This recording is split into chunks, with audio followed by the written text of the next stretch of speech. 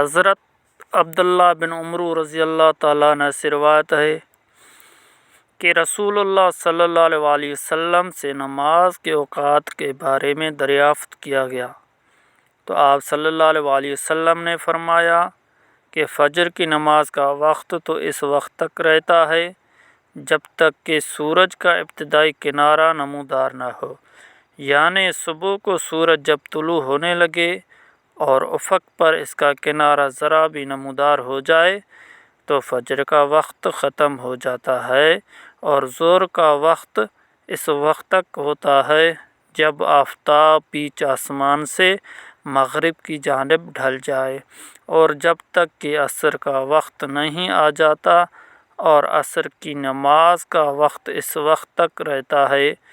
جب تک کہ سورج زرد نہ پڑ جائے اور اس سورج کا پہلا کنارہ